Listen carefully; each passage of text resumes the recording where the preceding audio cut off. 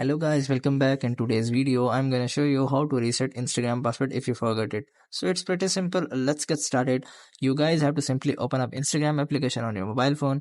So after opening up the Instagram application on your mobile phone, here you guys have to just simply face the login screen, and here you have to just simply import all the credentials which you want to add, and just simply add any of the credentials. So I have put in the random email and phone number, so you have to just simply hit the login button.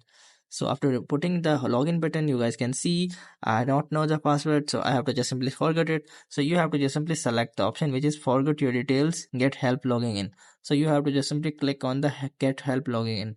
So after hitting that, Instagram will ask you for your account which you want to recover. So you have to just simply here put any of your account you want to recover. Assume that I'm selecting any one of them.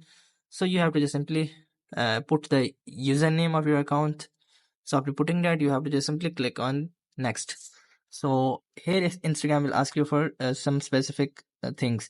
Like Instagram can send the OTP code to your email, or Instagram can through the SMS, and Instagram send through your Facebook. So Instagram is providing you three options in order to reset the password or in order to recover your account.